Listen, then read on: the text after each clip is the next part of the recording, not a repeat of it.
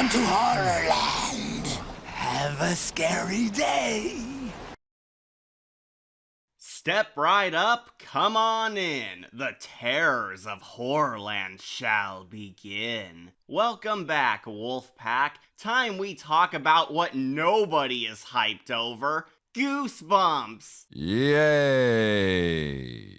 Do I even need to introduce this round's episode? Well, clearly yeah, since like the two guys out there probably don't know. But it goes without saying that today's exhibit is one of the most iconic stories from the beloved R.L. Stine franchise. One Day at Horrorland is not only one of the most popular books of this saga, and another colossal fan favorite tale, but it's one of the cornerstones of the Goosebumps brand name. This story is one of the faces on Goosebumps Mount Rushmore, being just as famous as Slappy and the Monster Blood. Horrorland and its residents, the Horrors, are big names amongst us Goose fans. They have a massively popular book, an entire spin-off series all under its name, merchandise, toys, costumes, collectibles, erasers, board games, and heck, even a dang video game. Prepare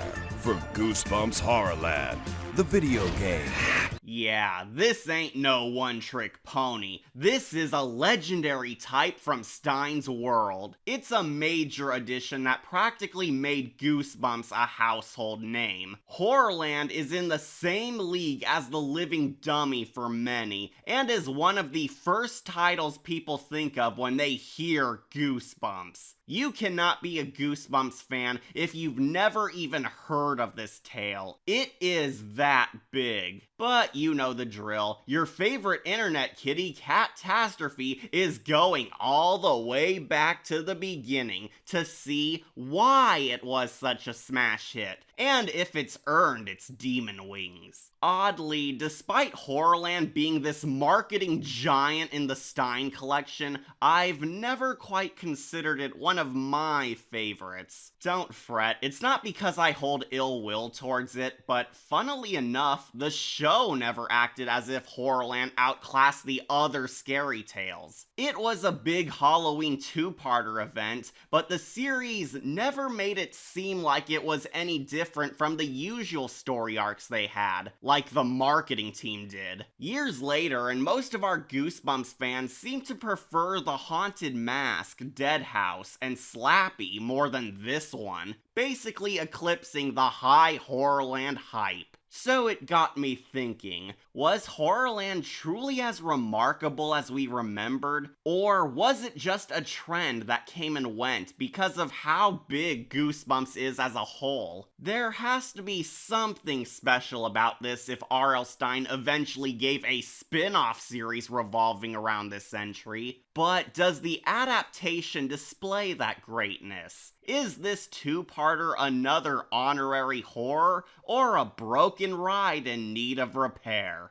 Why am I asking you all these questions? Well, buckle up, kiddies, because we're hopping on board this riveting roller coaster to rank it as a thrill or kill. This is our wacky review on the monumental amusement ride, One Day at Horrorland. Enjoy Horrorland.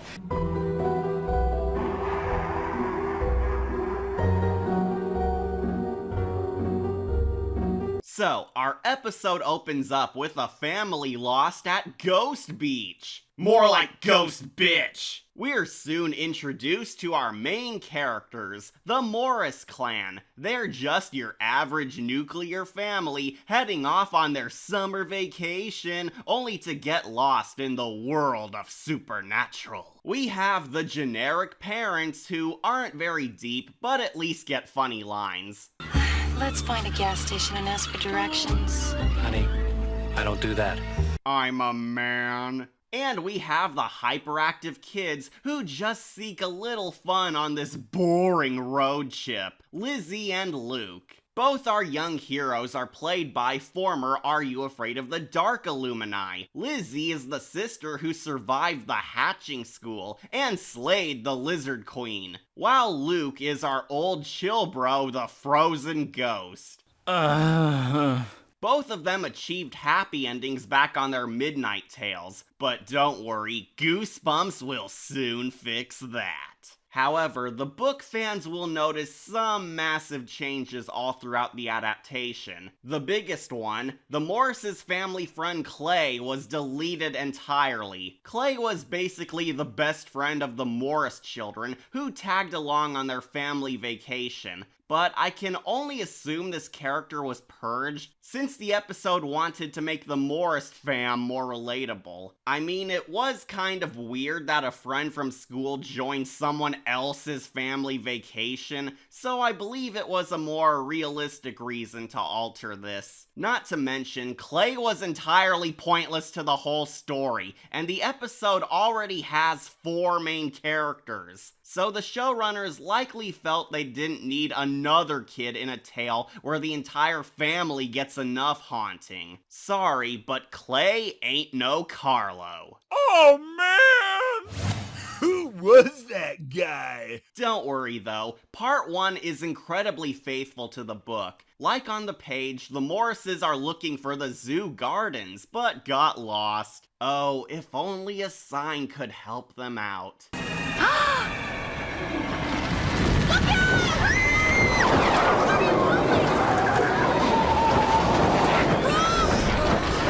Whoa, how the heck does a sign shoot fire?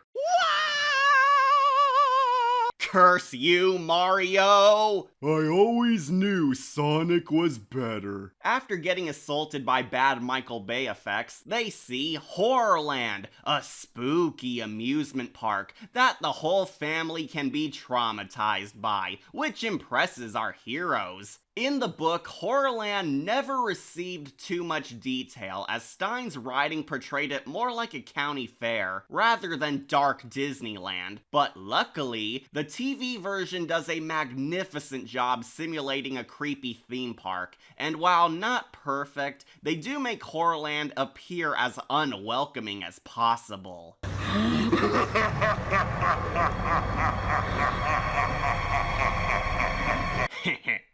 We spent hours building that creepy statue which nobody can hear, but it was worth it. As soon as the Morrises explore the park, the show wastes no time trying to make Horrorland as grim as possible. Outside of the cheap Halloween decor, there's some unnerving stuff all around. I love when they park, not only are they being spied on, but they unknowingly pass by an abandoned car, totally run down and overgrown by plants, hinting that there's people who don't leave this place. I absolutely love the subtle scares like that, since it shows how Goosebumps can have some unholy fridge horror behind all the over-the-top scares, and instantly warns you that Horrorland is horrific.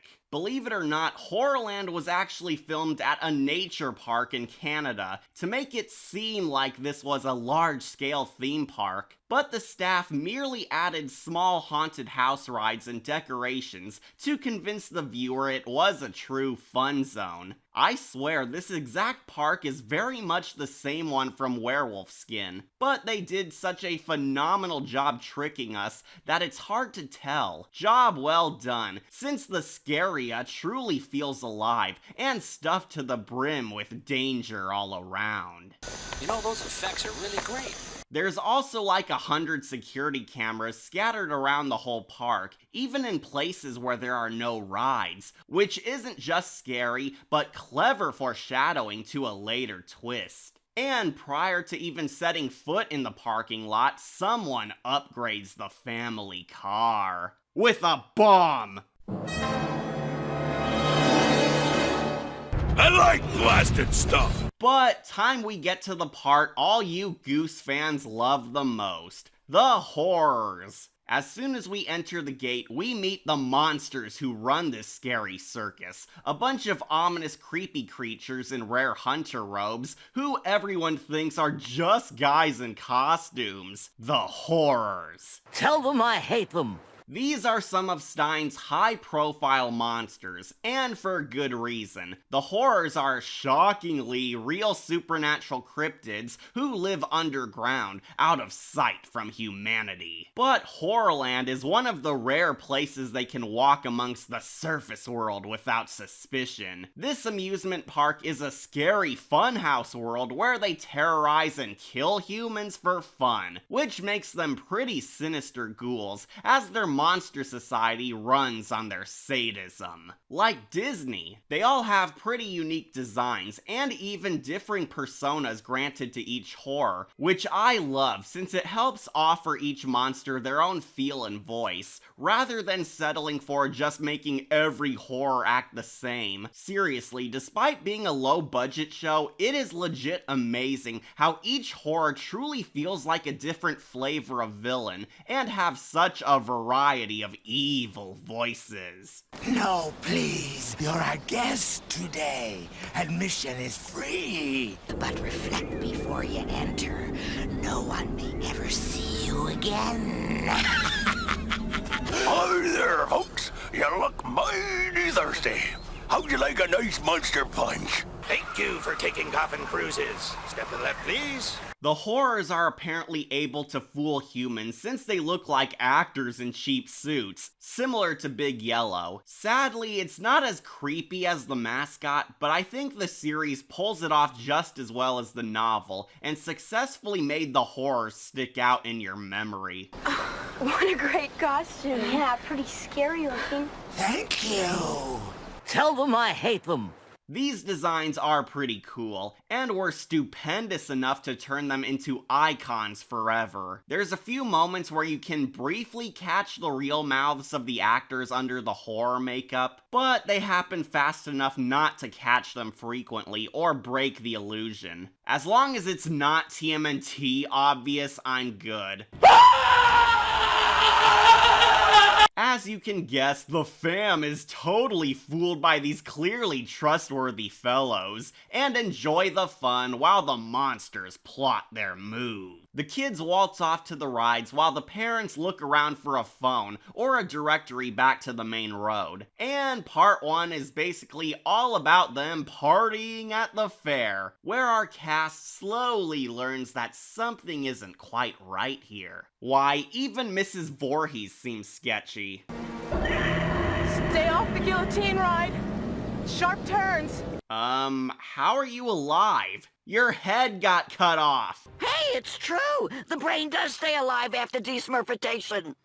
Oh, okay then. I'm glad she used her last minutes of life to warn them about the crappy rides. Now that's service you won't get at Disneyland. I guess now's a good time to mention that the worst aspect of this episode are the effects. Season 3 was really getting CGI heavy, but to be fair, this two-parter has some of the greater visuals in this, as they do limit the more outlandish stuff, and stick to the phenomenal practical effects Goosebumps is good at. But when it does need digital effects, hoo-wee! Money. Thankfully, the two-parter definitely makes up for that, with its unsettling reminder of how dangerous Horrorland is, and the monsters are totally fun.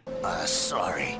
Don't listen to her. She always likes to stick her neck out where it doesn't belong. Horrorland manages to be just as terrifying in the book, and also feels like an enjoyable setting as it holds creepy rides, uneasy dread, literal horrors at every corner, and a sense of paranoia. The Morrises are always being watched by someone, or something, and we actually see there's other people at the park too, making you realize that our main characters aren't the only humans in danger. Despite the amazement of seeing Horrorland and its fun brought to life, the show never forgets that Goosebumps' universe remains just as scary as ever. Get out while you still can. You scared him. That wasn't very nice.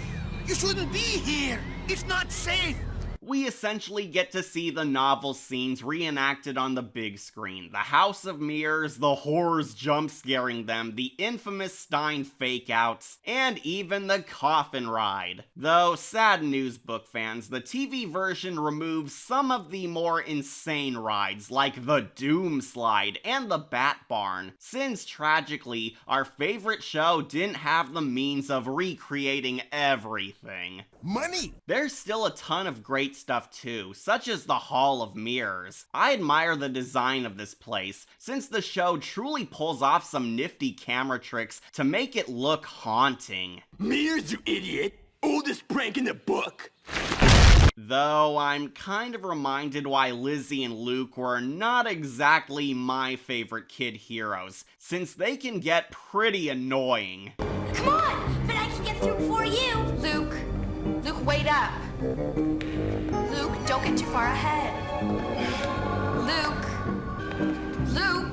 What? The kids aren't Evan Ross awful, but they are moderately okay. Ironic, since Stine made them the Spy Kids of his Horrorland spin-off, so the episodes don't do them justice. But you haven't actually seen them, have you? Do you think they're in some kind of danger?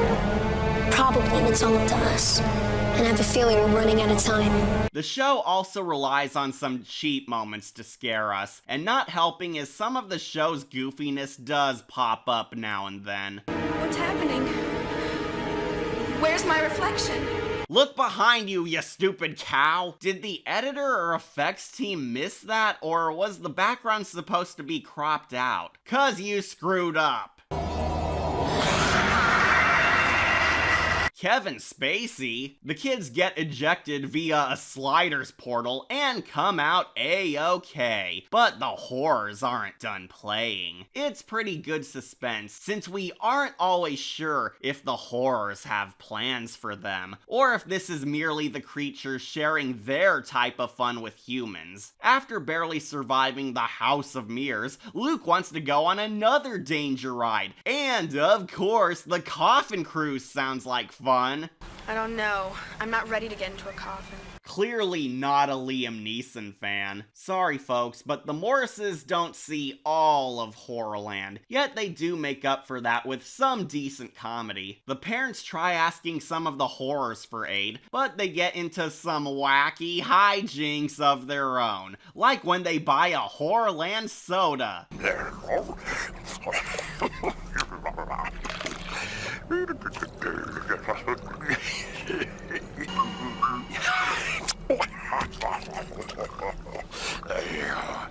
What did I get in the need with that? No, I think we'll stick with the punches, thanks. Oh wait, I forgot the ice cubes. This is all pretty funny in an Evil Dead 2 way, but I do enjoy how the show doesn't fully lose the grim edge either, as the horrors are still very menacing, and some scenes remind you that they are mega twisted. Honey, let's find the kids. I want to get out of here. Kids? You got kids? Where are they? Oh, they just went off on the rides. Really? Why does he sound excited about that? Why? Is there something wrong? No, it's just that parents don't usually let their kids go running around Horrorland. Help! Amber Alert! I'm sure they'll be just fine. Hello! I like children! Why, Stine, why? Why do half of R.L. Stine's monsters act like pedos? It really doesn't help when the horrors sound a bit too into spying on the kids, wandering their Neverland.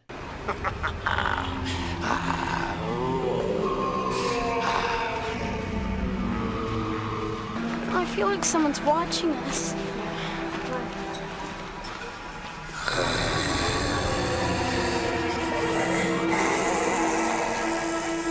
And what a sweet ass. If that doesn't creep you out, there's still a ton of subtle scares too. One of the most unnerving scenes in this is when the parents spot another fam getting dragged away in fear behind a secret door against their will, where they're never seen again. That's so disturbing. I like it. I love how Dan Angel and Billy Brown break the mold of the nobody believes the main characters cliche by having the parents haunted too, since it spices Goosebumps up. When the parents check it out, they only hear cheering, which quells their suspicions, and also acts as more clever foreshadowing to the big plot turn. But back to the kids, we get to easily the best adapted ride scene, the Coffin Cruise. Lay back and enjoy the ride. It may be your last. I'm amazed they were able to really get kids floating down the river in boxes, since it adds to the show's great ability to make some scenes from the book look grand in motion. Plus, it's the only ride which feels scary, as they get locked inside, trapped with spiders, while sailing down the rapids. Get me out of here! Whoa! Ow! Whoa!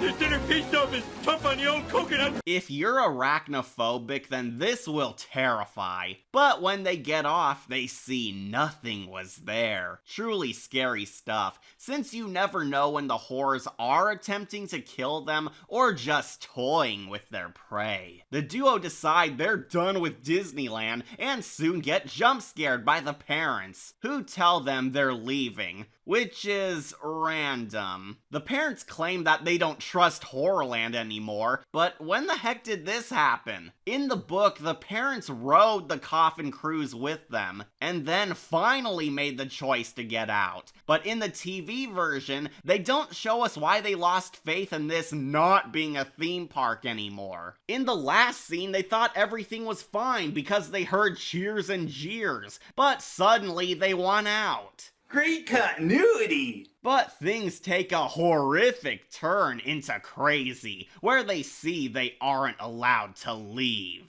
No one leaves Horrorland alive?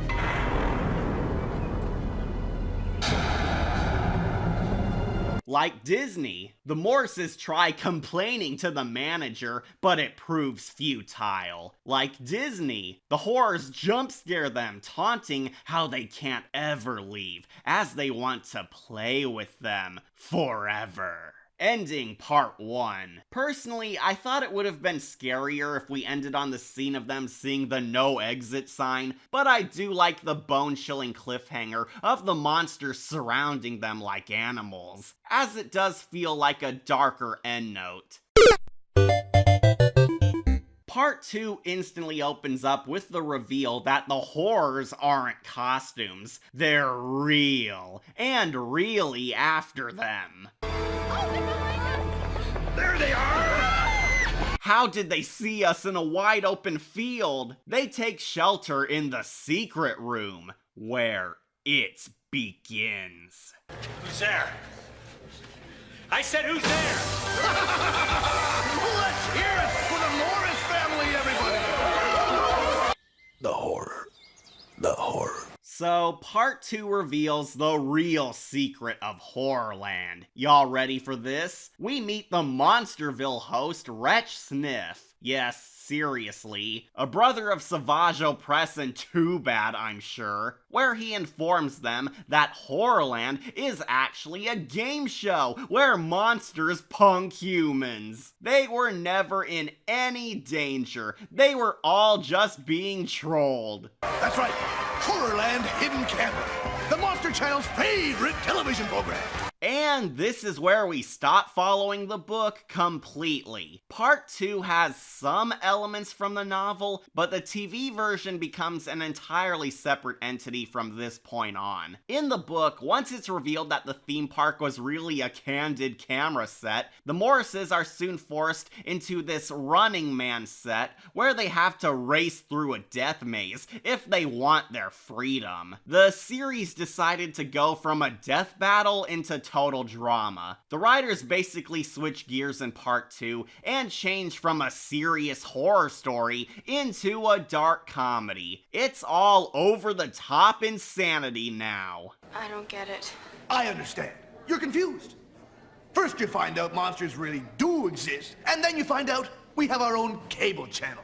It's a shock. Won't lie, I think this part is either going to make or break this episode for folks. You either absolutely love the hilarious goofball setting of Horrorland being a game show where humans get punked, or absolutely despise this shift since it throws all seriousness and terror from a grim story completely out the window and replaces it with immature stupidity. It's like going from Tim Burton's Batman to Batman and Robin just like that. While the book does have silly stuff, it was still a horror tale for most of the journey. The TV episode wants a more deranged Evil Dead 2 flavor of dark comedy, but some might find it jarring how quick the tone changes. Personally, I actually grew to like the dark comedy shift, if only because it's actually funny and so wild that it's amusing. The main antagonist, Wretch Sniff, is just so hilarious, and he and his showbiz ghouls are just so campy and in your face that they kind of make the comedy change work. The actors are clearly having a ball with this stuff,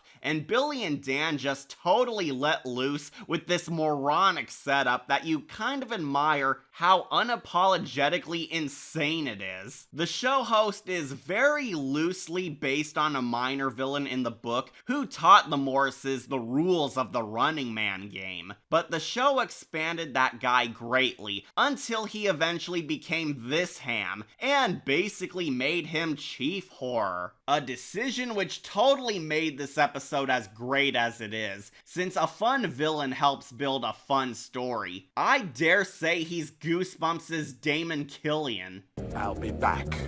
Only in a rerun. The guy who plays Wretch is apparently this big voice actor in Canada, and he's so good that he plays multiple horrors all throughout the two-parter. He's the game show host, the flamboyant makeup artist horror, the token good horror who tries to warn the kids, and allegedly some of the ride engineers who pop up. He's so great that I was honestly surprised this guy played half the horror so well, as he seamlessly vanishes into the role and gives off enough different voices to seem like a different dude every time. This twist also shows us what horror society is like, making these creatures very memorable monsters. Wretch informs the Morrises that it was all good fun and only a part of the show. The horrors run a secret cable channel for monsters, and only crave scary entertainment. You see, as a world of underground monsters hiding from the human realm, you get bored real easily living in the shadows, away from others fast. So they formed an amusement park and monster channel to help the monsters gain their own fun. This was just one of their many shows on after Uncle Howie, every Sunday at 7. They only wanted good footage. The Game Show Network. I don't even know why it bothers me so much, but it does. Again, in the novel it was sort of a game too, but the horrors were forcing humans into death matches, and the Morrises were one of the many they tried to kill in the ring. But on the TV version, the monsters cleverly tricked them into participating in another special game show of theirs, for a sweet prize. Well, I guess we'll just have to give that car to some other family. No, wait. Just, I don't think it would hurt to just play the game. What kind of a car is it?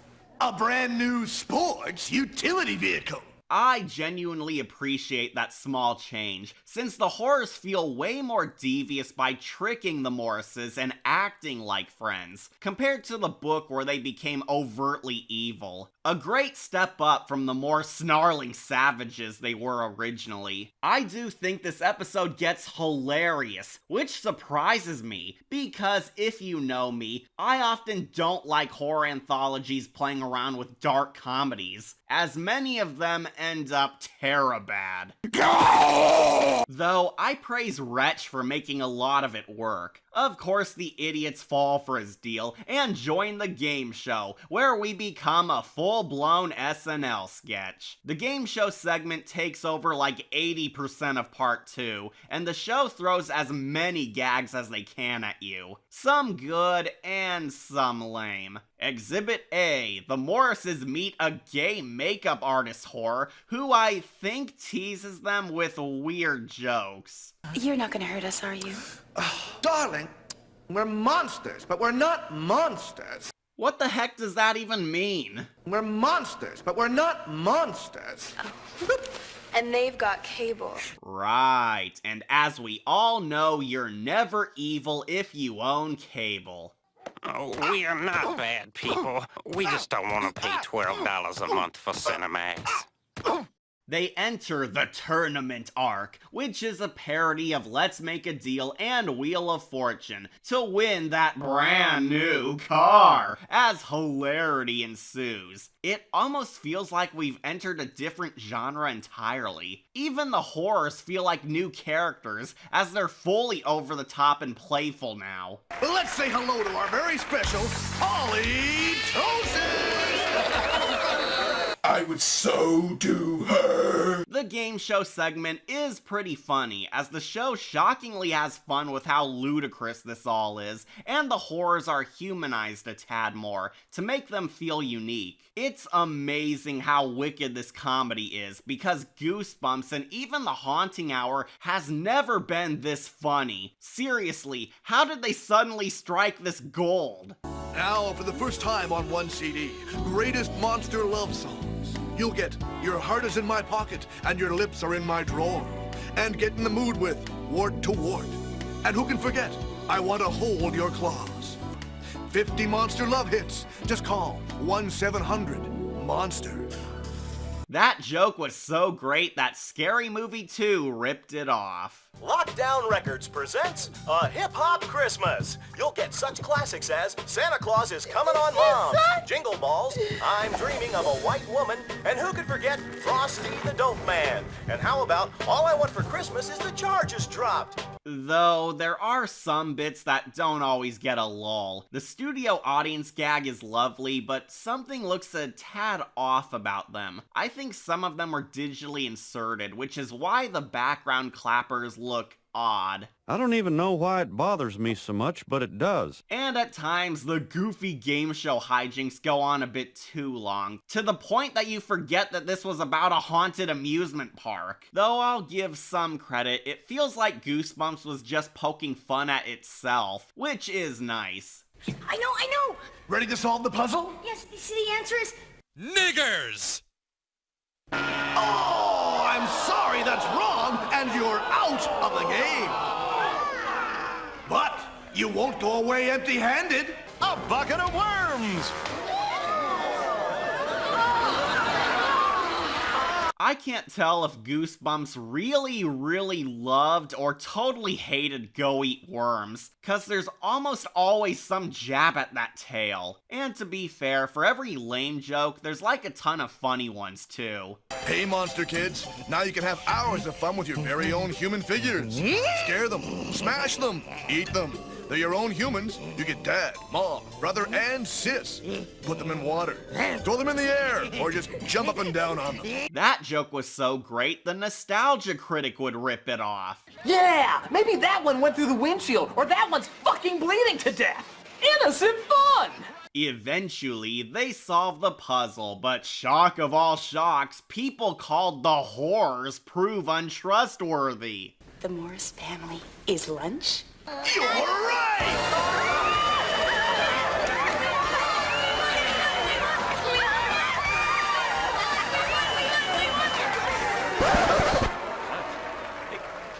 Wait a minute, what do you mean by lunch? I can't believe we were betrayed by a guy named Wretch. Ready? Yes, but what did you mean about lunch? That's why we call it a puzzle. Alright, that was good. Now I trust you again. No! So they reach the end of the game, where they have one final choice. Behind one door holds their brand spanking new car, and behind the other door holds my brother Wolf. He's the worst. Unfortunately, they chose poorly. Say hello to Ripper!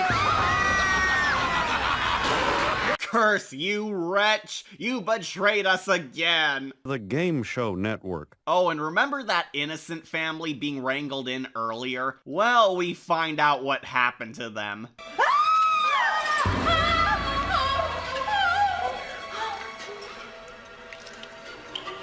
Look at this.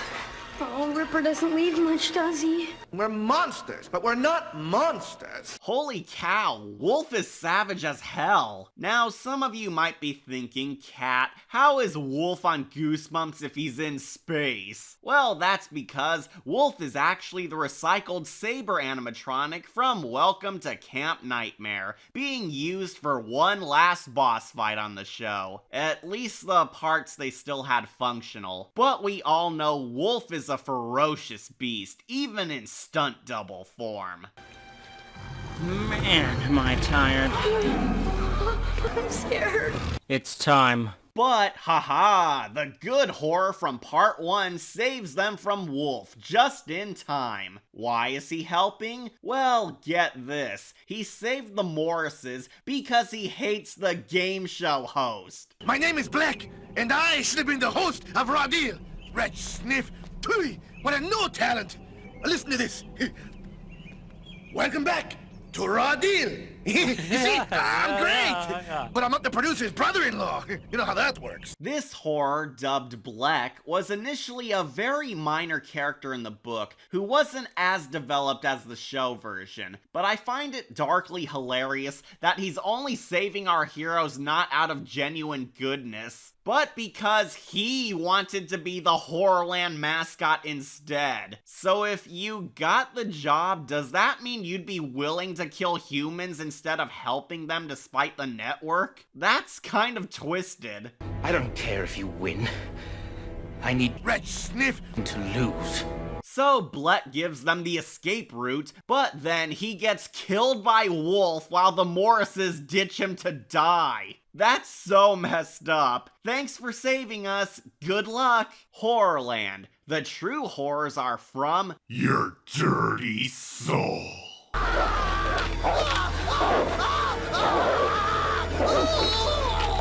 You downer, bitch. So now the episode suddenly gets dark and serial again, acting like the wacky comedy never happened, which legit makes it even funnier. This would never have happened at Zoo Gardens. Yeah, but we should have gone to Zoo Gardens.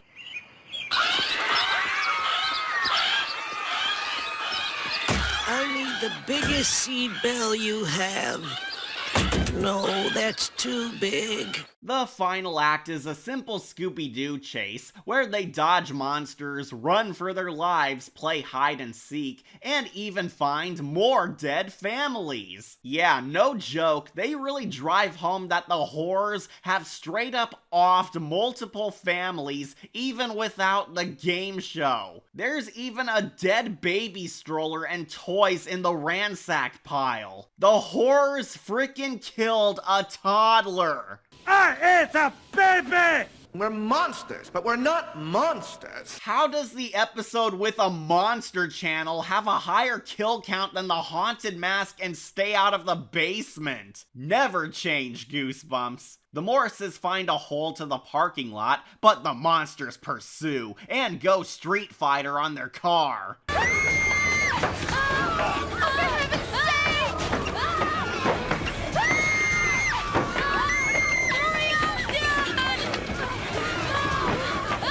Boy, these are some weak monsters. How did they shred those old cars to pieces, but don't even dent this one? Great continuity! Naturally, they start the hog at the last second and escape the one and only guard who epic fails. Employee of the month, ladies and gentlemen. Drat, if only we programmed our gate with more defenses other than a cackling statue. But oh no, remember that device planted earlier? It activates.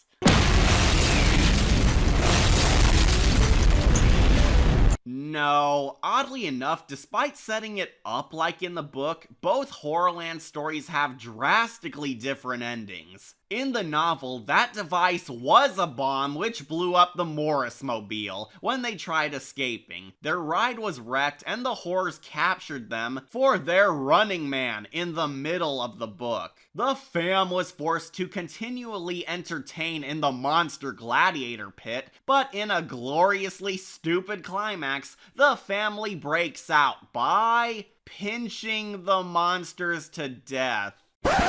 Yeah, for reals, this was the original joke ending. The horrors have banned pinching in Horrorland because if you pinch a monster, it pops like a balloon. The horrors were really these weak balloon people and died if you pinch their frail bodies, where Luke slaughters hundreds of them in a daring escape.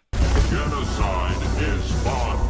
The Morrises burst their bubbles until they hijack a theme park bus and ride safely back home. But in the twist ending, they find a horror stowed away on the tram, where he offers them season passes to come again next year. The balloon weakness of the horrors was just moronic and undercuts nearly all tension since these sick monsters are as frail as glass anvils. So I was thrilled the show removed it entirely. I'm certain the showrunners were interested in loyally adapting the book's climax, but didn't because they glanced at the budget. Money! This was a pretty stupid ending, especially since it was a really weak joke to a story that was kind of dead serious until the zany climax. I just didn't find it funny, and sadly, I feel slightly the same in the show's alternate ending. Just when the Morrises are glad to be off the Disney Channel, it's revealed that the device is controlling their ride, where we see Wretch bragging about how the show's not over yet since he leaves them on a cliffhanger. And they die. And boy, is this gonna destroy the continuity of the entire Horrorland saga if anyone continues off of this show. Because not only do the Morris family live, but Lizzie and Luke are vital characters of the spin-off sequels, and teach new heroes how to combat the horrors, since they were the first to survive Horrorland. But apparently, Stine didn't give them the memo, so the showrunners have a dark twist ending where the Morrises very likely die. I'm certain if we get any spin-off material, then Lizzie and Luke will return looking like post-apocalyptic survivors with battle scars. But based on the show, the Morrises turn into falling stars, where we get to our twist ending. We get a double whammy, revealing that it was all just a Goosebumps episode being viewed by horrors in a realm of monsters, who turn off the TV since they find it too scary. I am sick of these scary human shows. Ugh. Well, perhaps we should just talk. That's a good idea. So, not only was this another inside joke riffing Goosebumps, but this was supposed to pay homage to the twist ending of The Blob That Ate Everyone. If you don't remember, the Blob That Ate Everyone episode infamously had its twist ending removed. It was essentially the same deal. The whole story was really a fictional plot being viewed in a world of monsters who found the ending too scary and go do something else. The Goosebumps show was unable to deliver on that twist for some reason. Money! So, one day at Horrorland took that other Tales twist and inserted it into this as a sort of apology to the Blob fans. Tell them I hate them. Since the entire second half of this story was changed, I didn't take too much issue with this direction. But my sole problem is that I don't find it funny. The game show part had all these hilarious zingers and goofy scenarios, but the twist being that it was all monsters watching Goosebumps, then turning off the TV to bang the Horrorland hits, just never felt as funny as the show intended. I get what both Stine and the series were aiming for, but it just never scored high points from me, since they felt lazy. Cockroach? Oh, thank you, darling.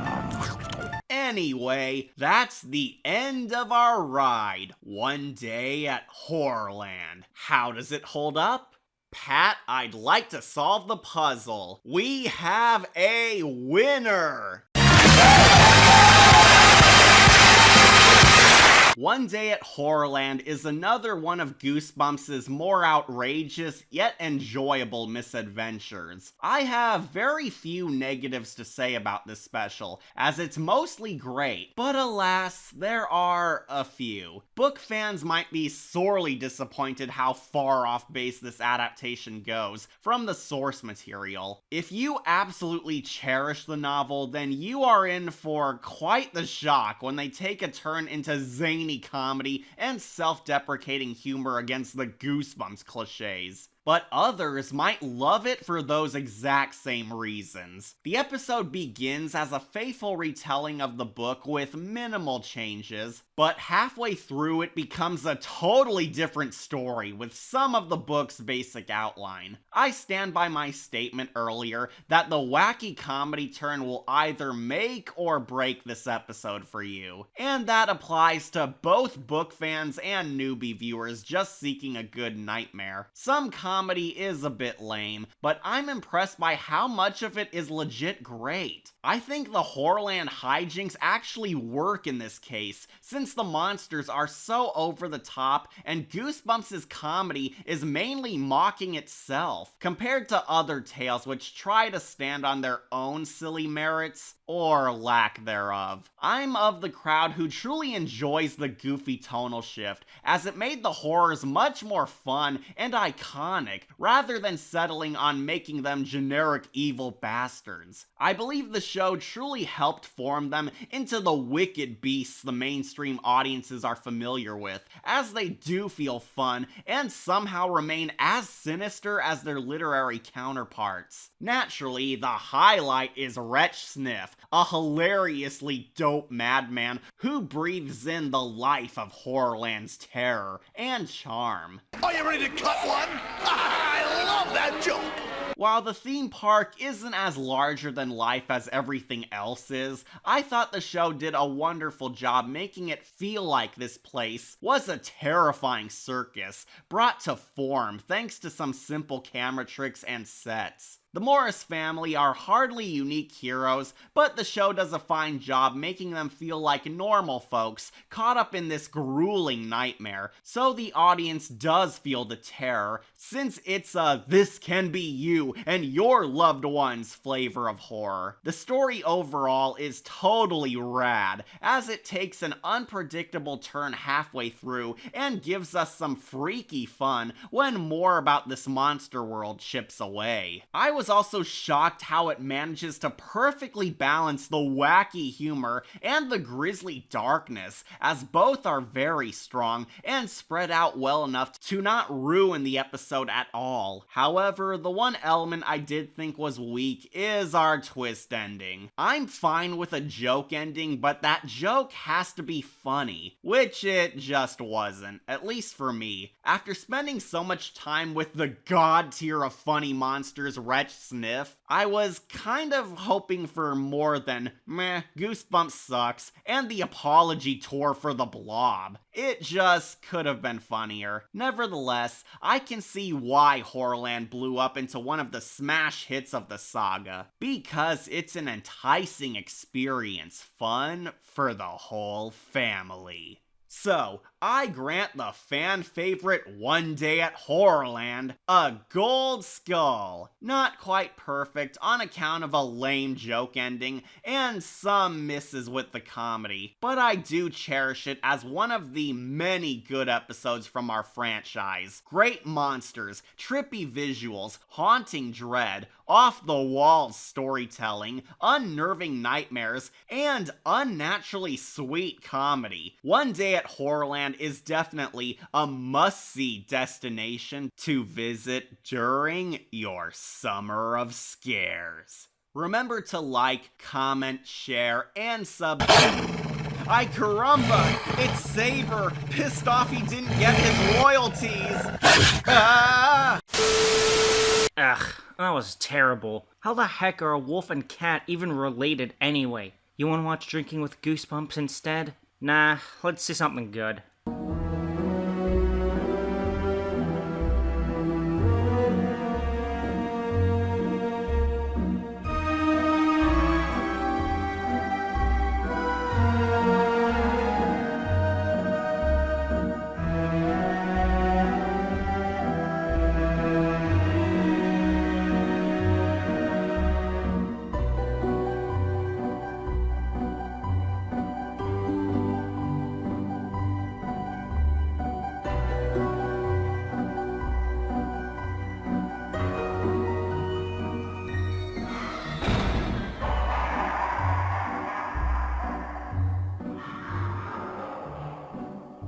We're monsters, but we're not monsters.